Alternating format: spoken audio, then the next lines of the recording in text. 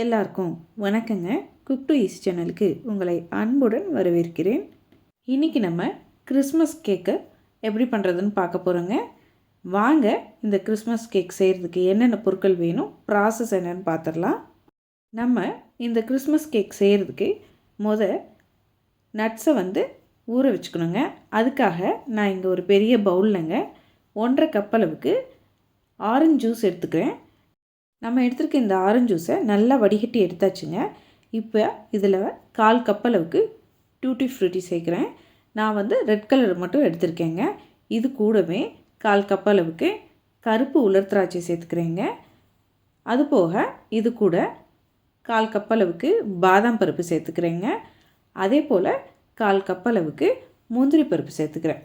பாதாமையும் முந்திரியும் முடிஞ்ச அளவுக்கு சின்ன சின்னதாக நறுக்கி சேர்த்துக்குங்க. இது எல்லாத்தையுமே நம்ம ஆரஞ்சு ஜூஸில் போட்டு நல்லா கலந்து விட்டுக்குங்க. இது மாதிரி கலந்து விட்டதுக்கப்புறமாங்க 1/4 கப் அளவுக்கு நாட்டு சக்கரை இந்த ஜூஸில் சேர்த்துக்குங்க.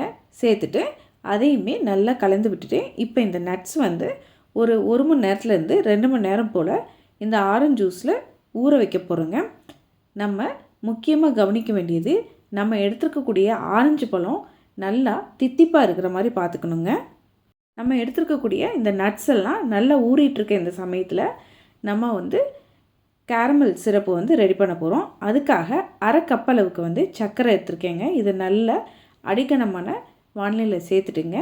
அடுப்பை சிம்மில் வச்சு நீங்கள் கரண்டி வச்சு கிளறிக்கிட்டே இந்த சர்க்கரையை கேரமல் பண்ண போகிறோங்க. ஃபஸ்ட்டு நமக்கு இந்த சர்க்கரை ரொம்ப ஸ்டிக்கியாக இருக்கும். கொஞ்சம் நேரம் ஆக ஆக இந்த சர்க்கரை உருகி நிறம் மாறி நமக்கு கிடைக்குங்க. பாருங்க, வீடியோவில் காமிச்சிருக்க மாதிரி சிம்மில் நீங்கள் இது மாதிரி கிளறி விட்டுட்டே இந்த கேரமல் ரெடி பண்ணுங்க. இந்த ஸ்டேஜ் வந்ததுக்கப்புறமா நமக்கு ஒயிட் சக்கரை அங்கங்கே தெரியுது அப்படின்னீங்கன்னா அதையும் உடச்சி விட்டு நல்லா கலந்து விட்டுக்குங்க. அப்போ தான் நமக்கு எல்லாமே ஈவனாக கேரமலைஸ் ஆகி நமக்கு வரும். இது மாதிரி நல்லா கலந்து விட்டு நம்மளுடைய சர்க்கரை எல்லாமே இந்த மாதிரி ப்ரௌன் கலர் வந்ததுக்கப்புறமாங்க இதில் நம்ம தண்ணி சேர்த்து சிரப்பு ரெடி பண்ணிக்க போகிறோம். அதுக்காக நம்ம எந்த கப்பில் சர்க்கரையை அளந்து எடுத்துக்கிட்டோமோ அதே கப்பில் தண்ணியும் எடுத்துக்க போகிறோங்க. இது மாதிரி நம்ம எடுத்துருக்க தண்ணியை கொஞ்சம் கொஞ்சமாக இந்த கேரமலில் சேர்த்துங்க, கலந்து விட்டுக்குங்க. இந்த ப்ராசஸ் செய்யும் பொழுது நம்ம ரொம்பவுமே கவனமாக இருக்கணுங்க. நம்ம இந்த ப்ராசஸ் செய்யல நமக்கு அந்த தண்ணி ஊற்றின உடனே பொங்கினாப்பில் வருங்க. அப்போ அந்த சிரப்பு நம்ம கைகளில் படுறதுக்கு மிகவும் அதிகமான சான்சஸ் இருக்குது. அதனால் நீங்கள் இந்த தண்ணியை சேர்த்து கலக்கும் பொழுது மட்டும் அடுப்பை ஆஃப் பண்ணிவிட்டு நல்லா இது மாதிரி கலந்து விட்டுட்டுங்க. அதுக்கப்புறமா அடுப்பை ஆன் பண்ணி நல்லா ஒரு கொதி விட்டு நீங்கள் ஆஃப் பண்ணி வச்சுக்கலாங்க. நமக்கு கேக் செய்கிறதுக்கான நட்ஸும் ஊறி ரெடியாக இருக்கும். நம்மளுடைய கேரமல் சிரப்பும் நல்லா ஆறி நமக்கு ரெடியாக இருக்குங்க. நீங்கள் இது மாதிரி கேக் செய்யணும் அப்படின்னு விருப்பப்படும் பொழுது முதல் நாளே நீங்கள் இந்த மாதிரி கேரமல் சிரப்பை ரெடி பண்ணி வச்சுக்கிட்டாலுமே இன்னுமே ப்ராசஸ் நமக்கு சீக்கிரமாக நடக்கும். நான் இந்த சூடான கேரமல் சாஸ்லேயே 4 கிராம்பும் ஒரு மீடியம் சைஸு பட்டை துண்டும் சேர்த்து கலந்து விட்டுட்டு மூடி வச்சிட போகிறேங்க. அதுக்கப்புறமா இந்த கேரமல் சிரப்பை நல்லா வடிகட்டி எடுத்துக்கிட்டோம்னா நமக்கு கேரமல் சிரப்பு ரெடிங்க. வாங்க நம்ம இப்போ கேக் மிக்ஸ் எப்படி ரெடி பண்ணுறதுன்னு பார்க்க போகிறோம். ஒரு நல்ல அகலமான பவுல்லைங்க 1/4 கப் அளவுக்கு பால் எடுத்திருக்கேன். எந்த கப்பில் பால் அளந்து எடுத்தோமோ அதே கப்பில் சன்ஃப்ளவர் ஆயில் எடுத்துருக்கேங்க. இப்போ பாலும் ஆயிலும் நல்லா மிக்ஸ் ஆகிற மாதிரி ஒரு முறை கலந்து விட்டுக்குங்க. இப்போ இந்த ஸ்டேஜில்ங்க வெண்ணிலா எசன்ஸ் நம்ம 1 டீஸ்பூன் சேர்த்துக்கிறோம். எசன்ஸையும் சேர்த்துட்டு நல்லா கலந்து விட்டுக்குங்க. நம்ம செய்யக்கூடிய இந்த கிறிஸ்மஸ் கேக்கு எக்லெஸ் கேக்குங்க. இது மாதிரி நல்லா கலந்து விட்டதுக்கப்புறமா ஒரு ஜல்லடியை வச்சுங்க நம்ம மைதா மாவை போட்டு சலிச்சுக்க போகிறோம். நம்ம இங்கே பயன்படுத்தக்கூடிய மைதா மாவுடைய அளவு 1.5 கப்புங்க. இதில் ஃபஸ்ட்டு 1 கப் அளவுக்கு மாவை நம்ம இது மாதிரி சலிச்சு விட்டு இந்த பால் கலவையில் மிக்ஸ் பண்ண போகிறோங்க. சலிச்சு விட்டுட்டு நல்லா ஜென்டிலாக ஒரே பக்கத்தில் மிக்ஸ் பண்ணிக்கோங்க. மீதி 1/2 கப்பு இருக்கக்கூடிய அந்த மைதா மாவையும் சேர்த்து இது கூடவே பேக்கிங் பவுடர் ஒரு 1/2 டீஸ்பூன் அளவுக்கு சேர்த்துங்க. இந்த மாவை நல்லா சலிச்சு விட்டு போகிறோம்.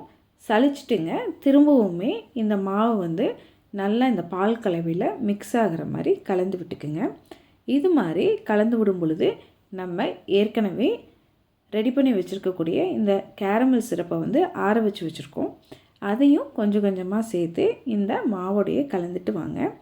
இது மாதிரி நம்ம செஞ்சு வச்சுருக்கக்கூடிய கேரமல் சிரப்பு எல்லாத்தையுமே சேர்த்து நீங்கள் இந்த மாவை கலந்து எடுத்திங்கன்னா நமக்கு பேட்டர் வந்து இது மாதிரி நிறம் மாறி நமக்கு கேக்கு பேட்டர் சூப்பராக இருக்குங்க. இப்போ இந்த ஸ்டேஜில் பாருங்கள், மாவு இந்த மாதிரி நமக்கு ரெடியாக இருக்கும். இப்போ கிட்டத்தட்ட 2 மணி நேரம் போல் ஊறின இந்த நட்ஸை வந்து இந்த ஆரஞ்சு ஜூஸோடையே நம்ம இந்த கேக் பேட்டரில் சேர்த்து மிக்ஸ் பண்ணிக்க போகிறோங்க. நம்ம இந்த ஆரஞ்சு ஜூஸ் கலவையை சேர்த்து மிக்ஸ் பண்ணும் பொழுது நமக்கு பேட்டர் வந்து கொஞ்சம் தண்ணியாக இருக்க மாதிரி இருக்கும். இந்த ஸ்டேஜில் மீதி அரை கப் அளவு மைதா மாவையும் சேர்த்து நல்லா சலிச்சு விட்டுட்டுங்க நம்ம பேட்டர் வந்து மிக்ஸ் பண்ணோம்னா சூப்பரான கேக் பேட்டர் வந்து நமக்கு ரெடி ஆயிரும். பாருங்கள், நல்ல அருமையான கேக் பேட்டர் வந்து நமக்கு ரெடி ஆயிடுச்சுங்க. அவ்வளோதான். இது மாதிரி ரெடி பண்ணி வச்சுருக்கக்கூடிய இந்த கேக் பேட்டரை நம்ம இன்றைக்கி ரவுண்டின் கேக்காகவும் அதே சமயத்தில் கப் கேக்காகவும் நம்ம ரெடி பண்ண போகிறோங்க. அதுக்காக நான் வீட்டில் இருக்கக்கூடிய இந்த சின்ன சின்ன கப்ஸ்லங்க கப் கேக் பேப்பர்ஸ் வந்து போட்டு அதில் வந்து 3/4 கப் அளவுக்கு மாவு வந்து ஃபில் பண்ணிக்கிறேன். இது மாதிரி ஒரு பேட்ச் ரெடி பண்ணிக்கிறோம். இது வந்து கப் கேக்ஸ்க்காகங்க. கப் கேக்ஸ் எல்லாத்துக்கும் நம்ம இது மாதிரி பேப்பர் போட்டு நம்ம ஃபில் பண்ணதுக்கப்புறமாங்க 6 இன்ச்சு ரவுண்ட் டின்லங்க நான் வந்து நல்லா பட்டர் தடவிட்டுங்க பட்டர் பேப்பர் போட்டு வச்சுருக்கேன்.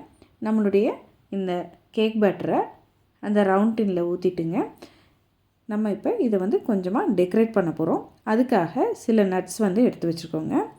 டெக்கரேட் பண்ணுறதுக்கு முன்னாடி நீங்கள் ஒரு 3 இல்லாட்டி 4 முறை டேப் பண்ணிக்கிங்க. இப்போ இதை வந்து கொஞ்சம் முந்திரி பருப்பு, டியூட்டி ஃப்ரூட்டி இதெல்லாம் வந்து மேலே போட்டுங்க. இதை வந்து இப்போ பேக் பண்ண போகிறோம். இதை நம்ம குக்கரில் வந்து வச்சு இந்த ரவுண்டின் கேக்கை வந்து ரெடி பண்ண போகிறோங்க. அதே சமயத்தில் நம்ம கப் கேக் இது எல்லாத்தையும் இட்லி பாத்திரத்தில் வச்சு நம்ம பேக் பண்ணி எடுத்துக்க போகிறோம். ரெண்டுக்கும் வேறு வேறு டைம் வந்து ஆகுங்க. கப் கேக்ஸு நமக்கு ரொம்ப சீக்கிரமாகவே வெந்து வந்துடும், ஏன்னா அந்த குவான்டிட்டி ரொம்ப கம்மி. அதே சமயத்தில் நம்ம ரவுண்டின் கேக் வந்து கிட்டத்தட்ட 40லேருந்து 50 நிமிஷம் போல் நமக்கு டைம் எடுத்துக்குங்க. 50 நிமிஷம் போல் ஆயிருக்குங்க நமக்கு கேக் வந்து வெந்து வர்றதுக்கு. இந்த 6 இன்ச் டின்னை வந்து குக்கர்லேருந்து எடுத்து வெளியே வச்சாச்சு. இது கம்ப்ளீட்டாக ஆறுனதுக்கப்புறமா இதை டீமோல்ட் பண்ணிக்க போகிறோம். பாருங்கள், சூப்பராக எனக்கு டீமோல்ட் ஆகி வந்துடுச்சு. அவ்வளோதான், அருமையான கிறிஸ்மஸ் கேக் வந்து நமக்கு ரெடி ஆயிடுச்சு. ஒரே பேட்டரை வச்சு நம்ம கப் கேக்கும் பண்ணியாச்சு, டின் கேக்கும் பண்ணியாச்சுங்க. இங்கே நம்ம பயன்படுத்திருக்கக்கூடிய கப்புடைய அளவு வந்து 250 கிராமுங்க. 1/2 கப்பு வந்து நம்ம ஜூஸ் எடுத்துருக்கோம். 1/2 கப் அளவு மாவு வந்து நம்ம யூஸ் பண்ணியிருக்கோங்க. பாருங்கள், நல்ல சாஃப்டான கிறிஸ்மஸ் கேக் வந்து நமக்கு ரெடி ஆயிடுச்சுங்க. நீங்களும் இதே அளவுகளோட ஒரு முறை இந்த கேக் ரெசிபியை செஞ்சு பாருங்கள், சுவைத்து பாருங்கள். கண்டிப்பாக உங்களுக்கு சுவை பிடிக்குங்க. குழந்தைகள் விரும்பி சாப்பிடுவாங்க.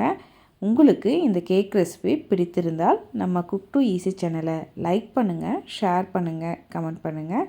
மறக்காமல் நம்ம குக் டு ஈஸி சேனலை சப்ஸ்கிரைப் பண்ணிக்கோங்க. வணக்கங்க.